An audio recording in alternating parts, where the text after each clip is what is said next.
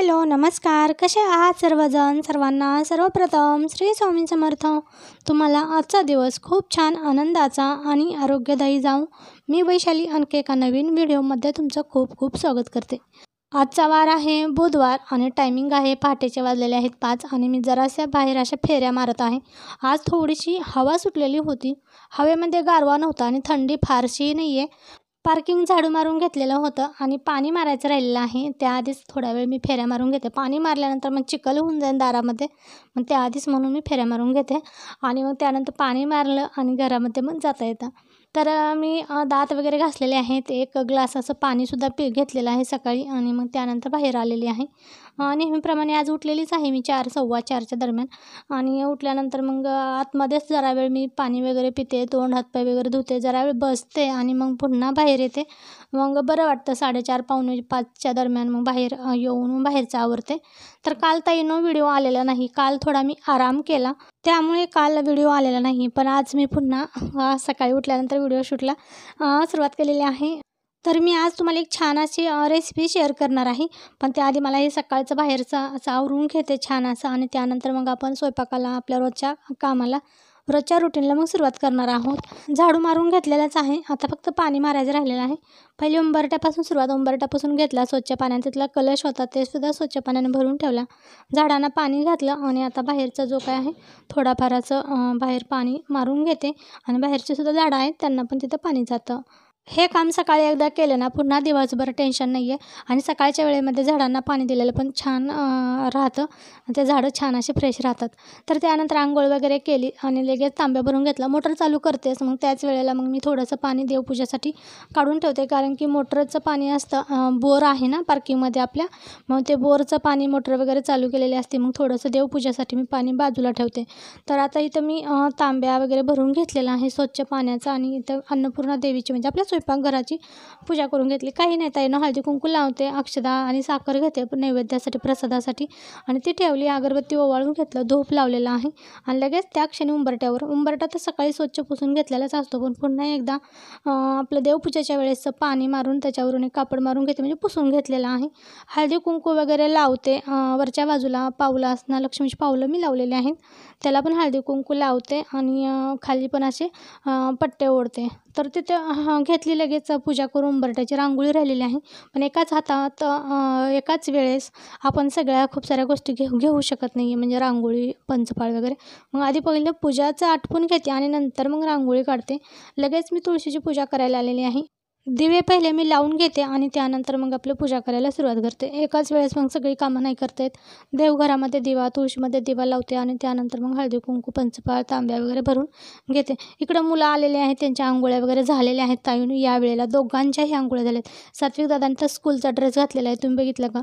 आणि इथं मांजर आलेली आहे, त्या मांजरबरोबर ते दोघंजण खेळत आहेत. चपाती वगैरे आणलेली आहे घरातून आणि टाकून खाऊ घालत आहेत. आता इथे बघा झालेली आहे पूजा. देवघरात फक्त दिवा लावला आणि धूप अगरबत्ती लावून दिली आणि बाहेरचं फक्त आवरून घेतलेलं आहे. इथे आता उंबरट्यावर थोडीशी रांगोळी काढली लगेच हातासरशी आणि हळदी कुंकू वगैरे टाकलेलं आहे. आता बाहेरची रांगोळी समीक्षा काढणार आहे. तर आता माझं सगळं असं बाहेरचं आवरलेलं आहे आणि ते बघा देवघरामध्ये सुद्धा सगळं असं देवा अगरबत्ती धूप लावलेला आहे. नैवेद्य प्रसादाचा साखर ठेवलेली आहे, नमस्कार केला आणि झालेला आहे. आता चला आपल्या स्वयंपाकाला किचनमधल्या कामाला सुरुवात करूया. ही सगळी कामं करून स्वयंपाकाला सुरुवात करायला खूप भारी प्रसन्न वाटतं आणि स्वयंपाकसुद्धा आपला तितकं छान रुचकर होतं. त्या स्वयंपाकामध्ये, त्या जेवणामध्ये आणि दिवसभर आपण जे काही कामं करणार आहोत त्या कामामध्ये म्हणतात ना सात्विकता येते. हे असं रुटीन मला आवडतं. मग त्यामुळे मी लवकर उठून सगळं असं आवरलेलं आहे आणि आता 6:30 पावणे 7लाच मी स्वयंपाकाला सुरुवात केलेली आहे. तर पहिला चहा वगैरे घेतलेला आहे. भाज्या सगळ्या अशा फ्रीजमधून काढून घेतलेल्या आहेत आणि आता बघा आज मी करणार आहे सोया चंक्स व्हेज बिर्याणी. तर सोया चंक्स घेतलेलं आहे फॉर्च्यूनचं. हे 10 रुपयाला पॅकेट मिळतं. ह्याच्याऐवजी तुम्ही सोयाबीन जरी आपलं भाजीला जे वापरतो आपण म्हणजे ते लूजमध्ये ते सुद्धा घेतलं तरीही चालेल, पण हे पॅकेटवालं घेतलेलं आहे आणि ते एका वाटीमध्ये भिजायला ठेवलेलं आहे. इकडे मी हा तांदूळ घेतलेला आहे, दिल्ली राईस काहीतरी असा तांदूळ आहे, ते बघू शकता असा लांबडा तांदूळ आहे. तरी ते मी 2 वाटी घेतलेला, पुन्हा एकदा मी अर्धी वाटी टाकलेला आहे, म्हणजे 2.5 वाटी असा मी तांदूळ घेतला आहे. तोही स्वच्छ मी धुवून घेते 1-2 ते 3 वेळा आणि त्यानंतर हा तांदूळ देखील मी अर्धा तास भिजत ठेवते. सोयाबीनसुद्धा छान असं भिजत ठेवले आणि हे तांदूळ देखील मी एका बाजूला भिजत ठेवते. तोपर्यंत मी भाज्या कट करून घेते. भाज्यामध्ये फ्लावर, शिमला मिरची, कांदा, असं खूप साऱ्या भाज्या मी चिरून घेणार आहे. कांदा देखील मी चिरून घेतले आणि आता फ्लावर कट करत आहे. एका बाजूला मुलांचा नाश्ता चालू आहे. मुलांनी करायला घेतलेला आहे मॅगी. मुलं मॅगी करून खात आहेत. तर महिन्यातून एक वेळा मॅगी खाल्ली जाते माझ्याकडे. तर आता इकडे बघा भाज्या वगैरे कट करायला चालूच आहे, पण मध्येच मी काय केलेलं आहे, इकडे कढई ठेवलेली आहे गरम करायला आणि त्याच्यामध्ये तेल टाकलेलं आहे. आता काजू तळून घेत आहे. बिर्याणी म्हटलं आपली तर कोणतीही बिर्याणी असू द्या, पण त्यामध्ये काजू असे तळून टाकले ना खूप छान मस्त लागते.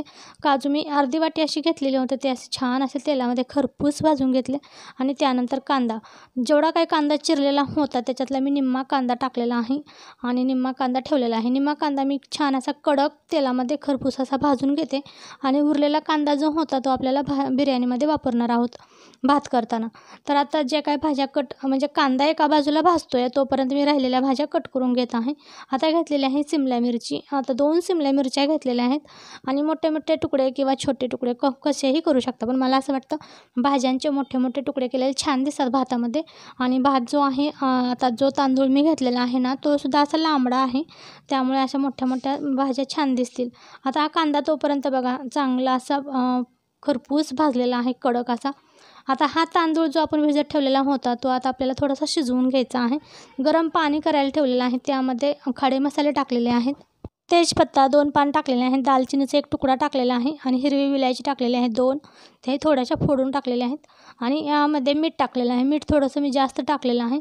आणि हा जो आपण भिजवून घेतलेला तांदूळ होता ना त्याच्यातलं पाणी मी काढून घेतलं आणि तो तांदूळ यामध्ये टाकलेला आहे आणि थोडंसं तेल टाकलेलं आहे. तेल यासाठी की भात असा चिटकू नये एकमेकाला, तांदूळ असा सुटसुटीत असा भात व्हावा त्यासाठी. मिक्स करून घ्यायचं. यामध्ये जिरे पण टाकायचे राहिलेले आहेत, जिरे पण मी नंतर ॲड केलेले आहेत. तर आता बघा हे मिक्स करून घेतलेलं आहे हे सगळं आणि आता हा तांदूळ आपल्याला 90% शिजवून घ्यायचा आहे. अगदी जास्त गिजगा नाही करायचा, पूर्ण असं शिजवून नाही घ्यायचा. इकडे बघा ह्या भाज्या मी चिरून घेतलेल्या आहेत. वाटाणा, शिमला मिरची, गाजर, टोमॅटो, बटाटा साल काढून घेतलेला आहे आणि फ्लावर घेतलेला आहे. तर आता ह्या भाज्या बाजूला ठेवून देऊ आणि ह्या भाज्या आपण शिजवून घेणार आहोत. डायरेक्टली फोडणी घालणार आहोत, मॅरिनेट नाही करणार आहोत. भाजी फोडणीला घालण्यासाठी मी खडे मसाले काही घेतलेले आहेत. त्यामध्ये तेजपत्ता, दालचिनी तुकडे, हिरवी विलायची, जिरे, चक्रफूल, लवंग आणि काळी मिरी घेतलेली आहे.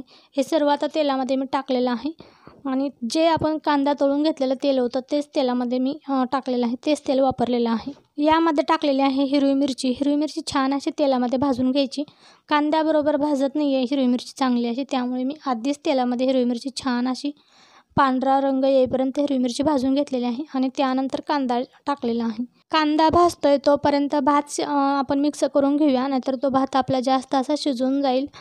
त्या भाताला आपल्याला चेक करायचं आहे, अधूनमधून मिक्स करत राहायचं आहे आणि कोथिंबीर वगैरे टाकायची आहे, जिरे वगैरे आणि खडे मसाले टाकून हा भात आपल्याला अशा पद्धतीनं थोडासा 90% शिजवून घ्यायचा आहे. मिक्स करून घेतलेला आहे आणि एका बाजूला कांदा देखील आपला भाजत आहे. कांदा भाजायला थोडा वेळ लागतो, तोपर्यंत आधीमध्ये मी ते भातसुद्धा चेक करत आहे. तर आता त्या कांद्यामध्ये लसूण अद्रकची पेस्ट टाकलेली आहे आणि छान असा कांदा मी भाजून घेते. अगदीच जास्त ब्राऊन रंग येईपर्यंत भाजवायचा नाही, थोडासाच मीडियममध्ये कांदा भाजायचा आणि त्यानंतर आपण लगेच बाकीचे मसाले.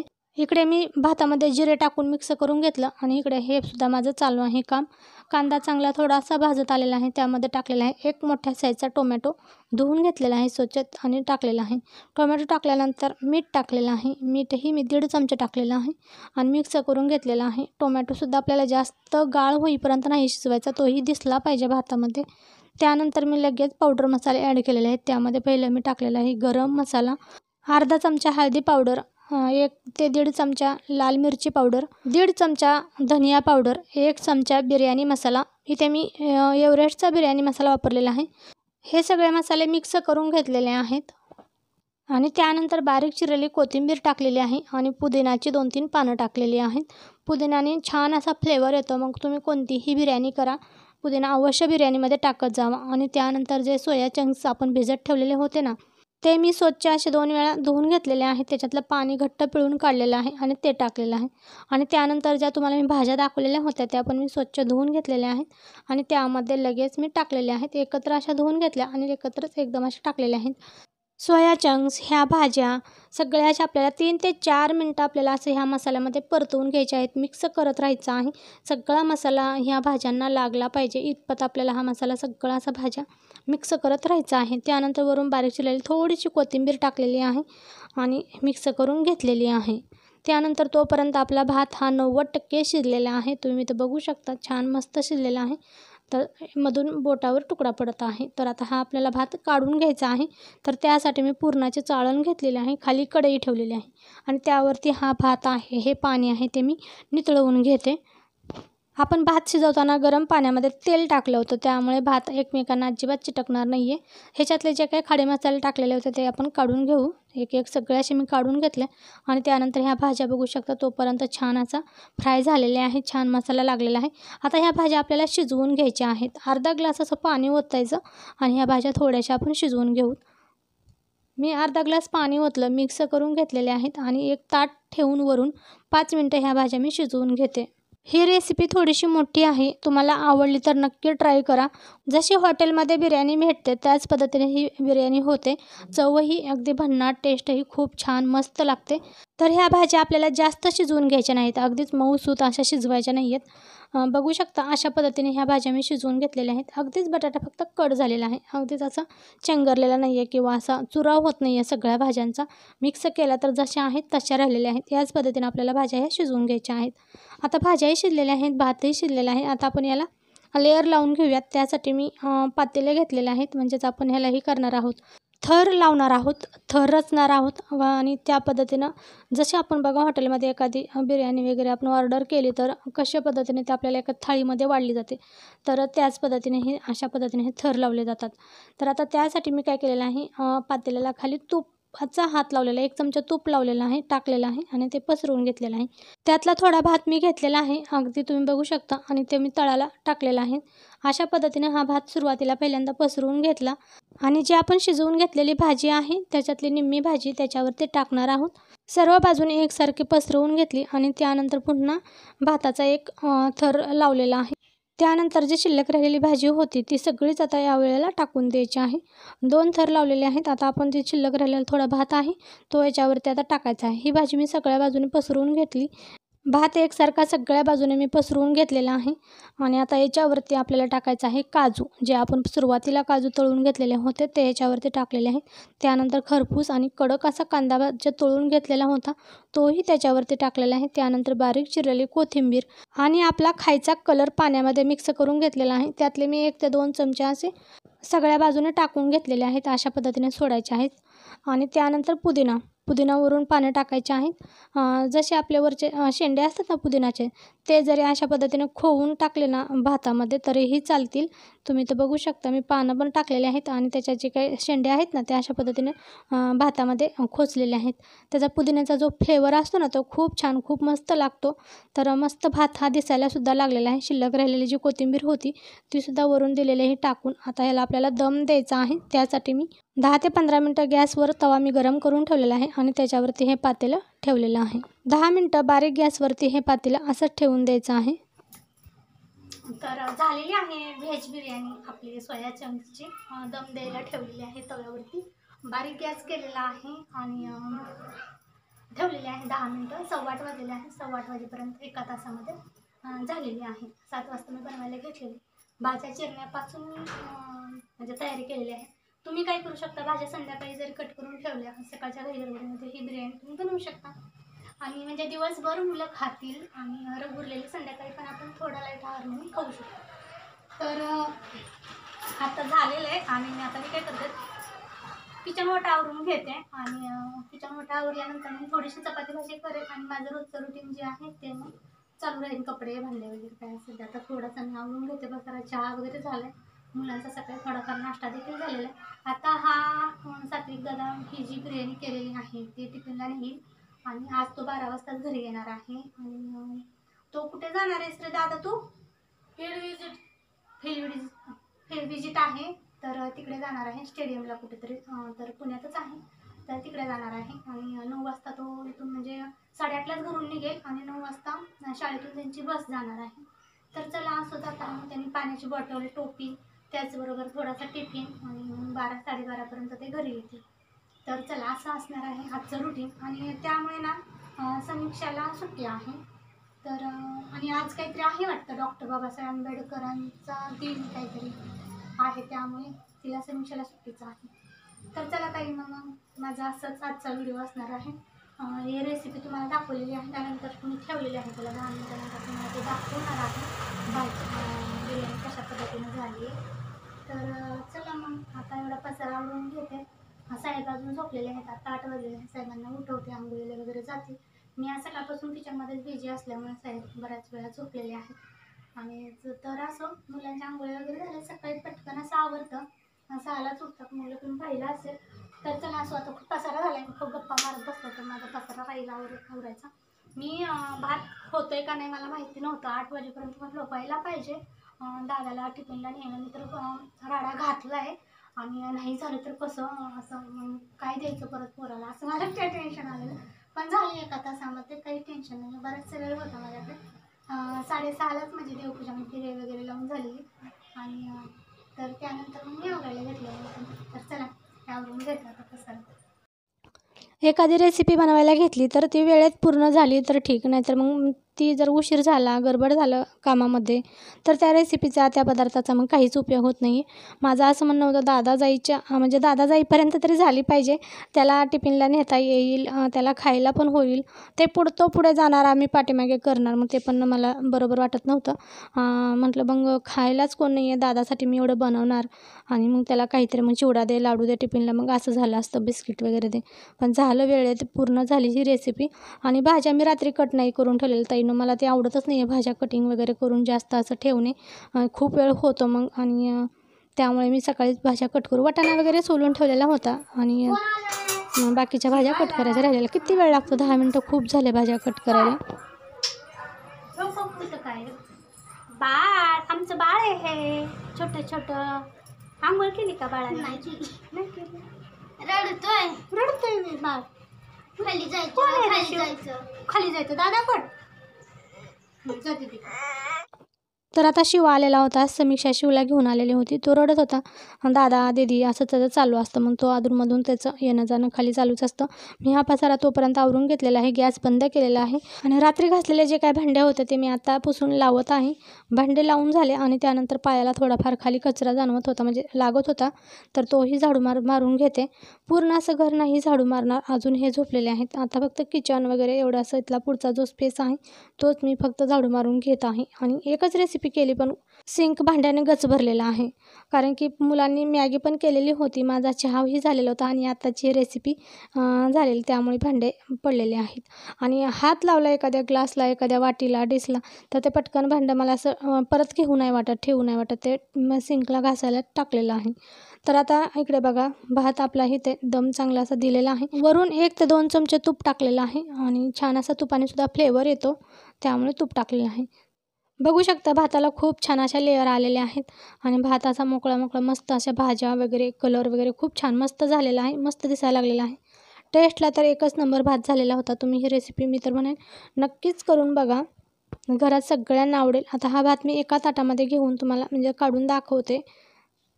तर सोयाबीन व्हेज बिर्याणी, सोयाबीन जे आहे ना, हे सोया चंक्स फॉर्च्यूनचं, अगदी त्याच्यामध्ये प्रोटीन आहे भरपूर, खूप सारं. लहान मुलांनासुद्धा ते हेल्दी आहे. जे फक्त व्हेजच आहेत, नॉनव्हेज वगैरे खात नाही आहेत, त्यांच्यासाठी हे बेस्ट आहे.